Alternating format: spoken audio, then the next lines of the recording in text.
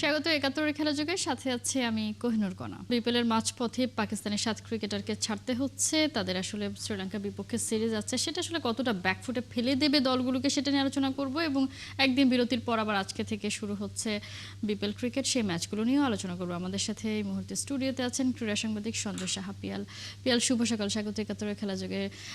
পাকিস্তানি ক্রিকেটাররাই যদি আমরা বলি যে বিদেশি ক্রিকেটারের কোটাটা তাদেরকে দিয়েই পূরণ হয়, মোটামুটি যদি কোয়ালিটি খুঁজতে যায় তাদের মধ্যে থেকেই পাওয়া যায়, এছাড়া আর পাওয়া যায় না। সেখান থেকে ৭ জনকে নিয়ে যাওয়া হচ্ছে এবং খুব সম্ভবত তারা চট্টগ্রাম পর্বটা মিস করবেন।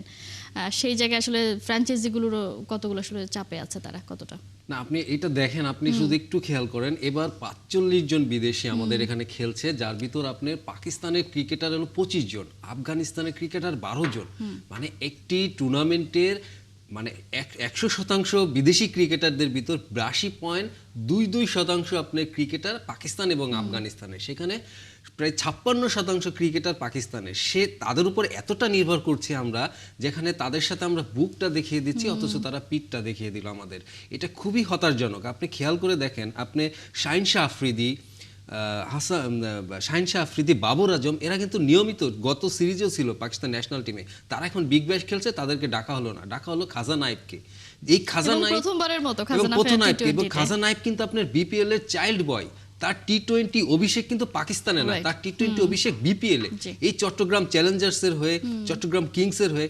সেই ছেলে বিপিএল এর একটি প্রোডাক্ট, তাকে আপনি মাঝপথে নিয়ে যাচ্ছেন এবং আপনি চিটাগাং পর্বে তারা কেউ থাকবেন এবং পরবর্তীতে যেটা হচ্ছে জানুয়ারির লাস্টের দিকে আপনার অস্ট্রেলিয়ার সাথে তাদের হোম সিরিজ আছে, সেখানে তারা আবার ন্যাশনাল টিম খেলাবে। সুতরাং পাকিস্তানিদের উপর এতটা নির্ভর করার পরে আমাদের কাছে আসলে হতাশ হতে হচ্ছে। এবং আপনি দেখেন আমাদের বিপিএল এর ট্রফিটা কিন্তু ৩বার চেঞ্জ হলো, এটা দিয়ে পাকিস্তানেরটা ৯বার চেঞ্জ হয়েছে এবং এবার যে ট্রফিটা আসছে সেটা কিন্তু পিএসএল এর ট্রফির আদলে, এবং সেটাও কিন্তু পিসিবির পরামর্শেই যে এরকম ট্রফিটা ভালো হতে পারে। এবং আসছে সেই দুবাই থেকে, পাকিস্তানের প্রোডাকশন আসছে, পাকিস্তানের ধারাভাষ্যকাররা পর্যন্ত চলে যাচ্ছে। আপনি ধারাভাষ্যকার, হোস্ট সবকিছু, মানে দেখলে কিছুক্ষণের জন্য মনে হবে আমরা কি পিএসএল দেখছি কিনা। তারা মানে আমাদের একটি ঘর সাজিয়ে দিয়ে, মানে আমরা তোমাদের একটি ঘর সাজিয়ে দিলাম, পরে আমরা সব চলে গেলাম। এইটা করে আমাদের আসলে একটা এই টুর্নামেন্টটার মান বলেন ইয়ে বলেন একটা, মানে আমরা যেটা তাদের উপর এতটা নির্ভরশীল, সেখানে তারা আমাদেরকে আসলে প্রচন্ড আমাদের আসলে ওয়ে কি আছে। পাকিস্তানি ক্রিকেটার ছাড়া আমরা কাদের উপর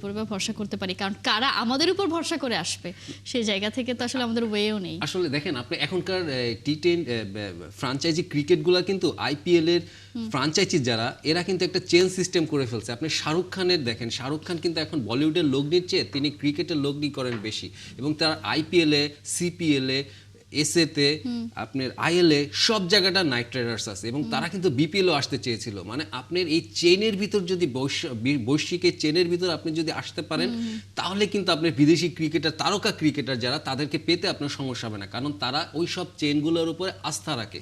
আপনার এসএ টি-20 খেলতে যাচ্ছে আপনার কেরন পোলার্ড আছেন, আন্দ্রে রাসেল যাচ্ছেন, মানে ওয়েস্ট ইন্ডিজের যে অ্যাম্বাসিডারগুলোকে আমরা আসলে টি-20 দূত মনে করি, ফ্র্যাঞ্চাইজি দূত মনে করি, তারা কিন্তু আপনার বিপিএল এবার কেউ নাই। আপনার ওয়েস্ট ইন্ডিয়ান ছাড়া আসলে ফ্র্যাঞ্চাইজি ক্রিকেট ওই যেটা হয় না, ওই যে স্বাদ লবণ ছাড়া তরকারির মতন হয়ে গেছে, এবং এখানে কোনো শ্রীলঙ্কার নেই। একমাত্র নন এশিয়ান খেলছে এবার সিলেটে এথান ব্রুকস। তো সেখানে আপনি দেখেন একটি টুর্নামেন্টে একজন মাত্র নন এশিয়ান এবং সবাই পাকিস্তানি এবং আফগানিস্তানি, সেখানে পাকিস্তান আমাদের কি করলো আসলে। এবার বিপিএলটা হয়ে গেছে না, ওই যে ঢাকা আন্তর্জাতিক বাণিজ্য মেলা থাকে না, মানে হয় যেটা একটা সময় হতো, আমরা অনেক ভাবতাম যে আন্তর্জাতিক মানের, কিন্তু পরে দেখা যায় যে ওই Pakistani 3 piece, Indian bedsheet, Chinese cosmetics, এইগুলা দিয়ে আসলে এই বাণিজ্য মেলাটা হয়। তো মান না থাক আন্তর্জাতিক আছে, বিপিএলটাও তাই, মান না থাক আন্তর্জাতিক আছে, এবং আন্তর্জাতিকের কোটা পূরণ করছে পাকিস্তান, আফগানিস্তান, নেপালের একজন আছে। নিশ্চয়ই দেখা যাক।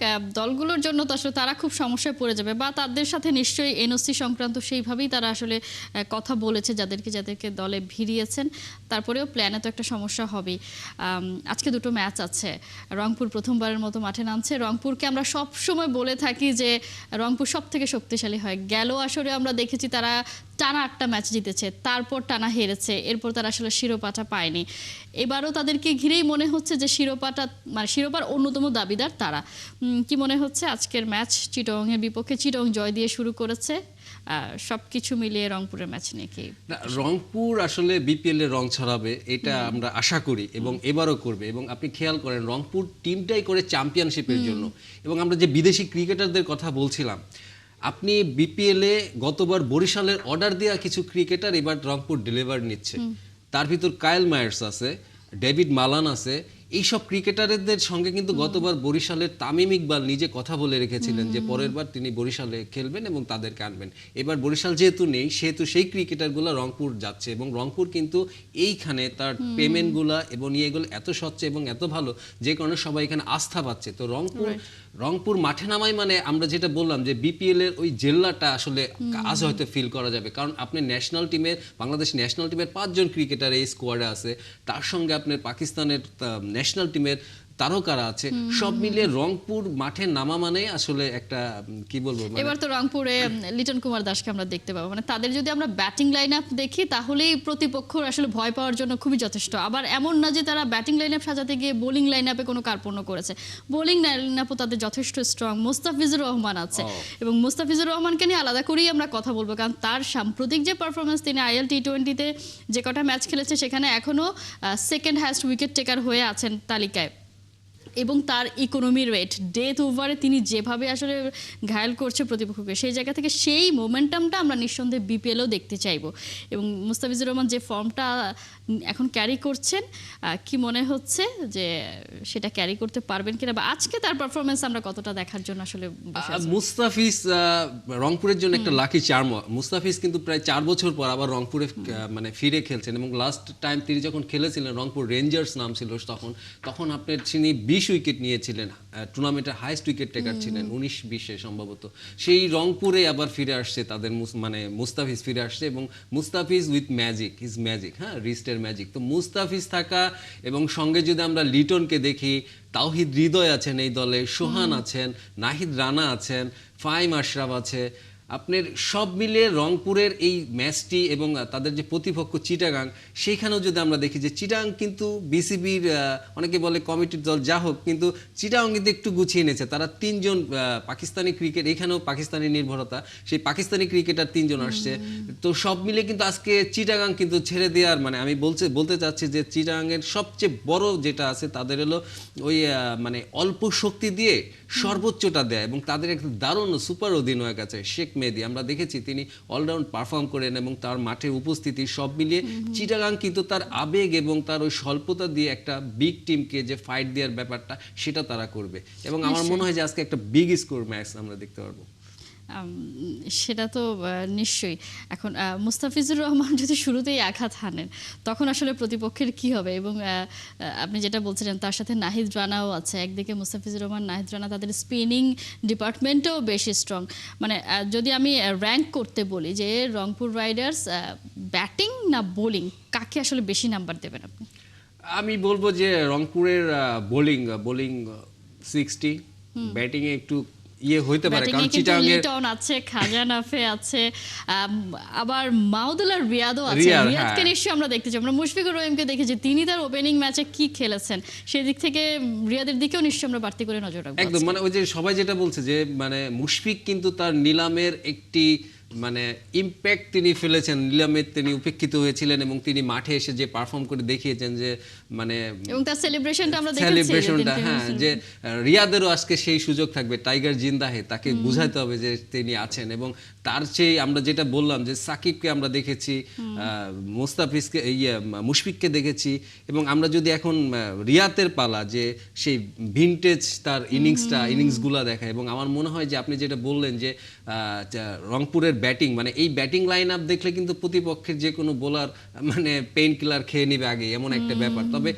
চিটাগাংয়ের যেটা ব্যাপার আছে, চিটাগাং কিন্তু শরীফুল আছে, চিটাগাংয়ের স্পিন তানভীর আছেন খুব ভালো, মানে তার স্পিন ডিপার্টমেন্টটা কিন্তু ভালো আছেন, শেখ মেহেদী আছে সঙ্গে। মানে আমি বলতে চাচ্ছি যে ম্যাচটি আমার মনে হয় যে চিটাগাং যদি আগের দিনে যেমন করেছে যে কোনো মতে 170 65-70-75 নিতে পারে তাহলে কিন্তু ম্যাচটি খুব আমার মনে হয় যে দেখতে আমাদের ভালো নিশ্চয়ই আমরা দর্শক দেখেছি উপভোগ যে করবে। বড় মার্জিনে তারা নোয়াখালীকে হারিয়েছিল। চিটগাং এ নাইম শেখ আছে, নাইম শেখ প্রথম ম্যাচটাতে আসলে সেভাবে তিনি পারফর্ম করতে পারেন কারণ তার দিকে আমরা সবাই তাকিয়েছিলাম, কোটি টাকার ক্রিকেটার বলে কথা, সেই পারফরমেন্স বা এটার চাপে কি তিনি আসলে একটু ভেঙে পড়েছেন এরকম কিছু, নাকি আসলে একটু সময় লাগছে?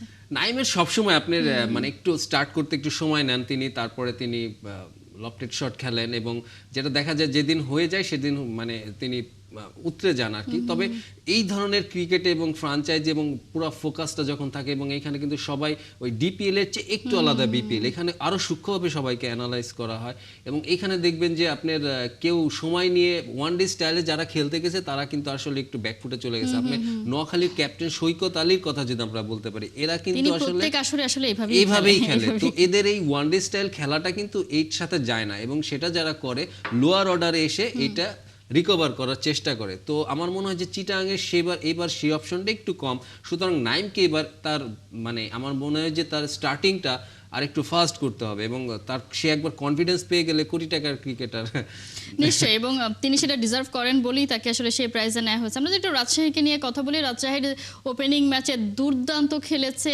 192 করে ফেলেছিল এবং যেটা আসলে আমরা এর মধ্যে বলেও ফেলেছি যে মুশফিকুর রহিম দুর্দান্ত ব্যাটিং করেছেন, সাথে শান্ত সেঞ্চুরি করেছেন। তারপরের ম্যাচেই তাদের আসলে ব্যাটিং লাইন আপ পুরোই ভেঙে পড়েছে এবং তারা যদিও শান্ত ম্যাচ হারের পরে বলছিলেন যে আমরা যে প্রতিপক্ষকে 19 নম্বর ওভার পর্যন্ত টেনে নিয়ে এসেছি এটা একটা বড় ব্যাপার, কিন্তু আসলে লো স্কোরিং ম্যাচ দেখতে ভালো লাগে না কখনোই। সেটা আপনি ওইখানে কিন্তু সেদিনকে মানে লাস্ট সেকেন্ড ডে যেটা ছিল সেখানে কিন্তু আমরা যদি খেয়াল করি যে পাকিস্তানি ক্রিকেটাররা কিন্তু সবাই ফ্লপ করছে, মানে পাকিস্তানি ক্রিকেটারদের ফ্লপ ডে ছিল সেদিন, সবাই জিরো করেছে। আপনার সায়াম আয়ুব জিরো করেছে, ফারহান যে রাজশাহীর ওপেনার তিনি জিরো করেছেন, হায়দার আলী জিরো করেছেন, নোয়াখালীর ওপেনার তিনি জিরো করেছেন। সব মিলে ওই টপ অর্ডারের স্টার্টিংটা হয়নি, এই কারণে কিন্তু ওই দুটো ম্যাচই লো স্কোরিং হয়েছে। এবং সিলেটে যেটা হয়েছে যে এবার দর্শকদের আকর্ষণ বাড়ানোর জন্য কিংবা যে কোনো কারণে হোক এবার বাউন্ডারি লাইনটা কিন্তু একটু ছোট, মানে আমরা যেটা 60 ইয়ার্ড থেকে 80 ইয়ার্ডের ভিতরে দেখি সেখানে কিন্তু এবার এভারেজ আছে, তো 70-র কাছাকাছি আছে। সো এইখানে আপনার 6-এর সংখ্যাগুলো একটু বেশি দেখবেন। তো সব মিলিয়ে কিন্তু আমার মনে হয় যে এই বিপিএল যেভাবে চ্যাপ্টারগুলো সাজানো হয়েছে তাতে দর্শকদের উপভোগ্য হতে পারে এবং রাজশাহী আমার মনে হয় যে পরের ম্যাচে তারা একটু টায়ার্ড ছিল কিংবা ওভার কনফিডেন্স ছিল। নিশ্চয়ই সেই কারণেই হয়তো আমরা এরকমটা দেখেছি এবং এই ম্যাচে নিশ্চয়ই কামব্যাক করবে। আমরা তো এর মধ্যে সেঞ্চুরিও দেখে ফেলেছি, হ্যাট্রিকও দেখে ফেলেছি, মানে এবারের বিপিএল মোটামুটি কিন্তু জমজমাট হবে সেটা কিন্তু আমরা বুঝে ফেলেছি প্রথম 2 দিনেই। হ্যাঁ, সূচিপত্রে আসলে চলে এসেছে যে century, hat-trick, even 190 plus chase করে জেতা, লো স্কোরিং ম্যাচে লাস্ট ওভারে থ্রিলটা জেতা, ম্যাচ জেতা লাস্ট বলে জেতা। তো ওই ম্যাচটি এবং ওই ওভারটি কিন্তু আসলে সবার আগ্রহটা বাড়িয়ে দিয়েছে যে লাস্ট ওভারে কি না হয়েছে, ওইখানে নো বল হয়েছে, ওয়াইড হয়েছে, রান আউট হয়েছে, ফ্রি হিট হয়েছে, ছক্কা 4, মানে ইভেন মানে এলবিতে লেগ বাই ম্যাচটি জিতেছে। তো সব মিলে ওই নাটকীয় ওভারটাতে কিন্তু আপনার বিপিএল এর একটি মানে মজা দর্শক উপভোগ করেছে এবং এটা আসলে এরকম ম্যাচও এইভাবে আসলে এত দূর নিয়ে যাওয়া যায় এবং এইভাবেও ম্যাচ আসলে হারা যায় বা জেতা যায় এমন মনে হচ্ছিল দুই পক্ষই সমান তালে আসলে চেষ্টা করছিল কে হারবে কে জিতবে, এইরকম আর কি, মানে কত নাটক আসলে করা যায় সবটাই আমরা দেখেছি। নিশ্চয়ই আজকে হাই ভোল্টেজ ম্যাচই বলবো, রাজশাহী আছে, রংপুর আছে, তাদেরকে নিশ্চয়ই আমরা দেখবো এবং সেই ম্যাচ নিয়েও আমরা বিশ্লেষণ করব আপনার সাথেই। নিশ্চয়ই আরো অনেক কথা হবে। সঞ্জয় সাহা, পিয়াল, অসংখ্য ধন্যবাদ।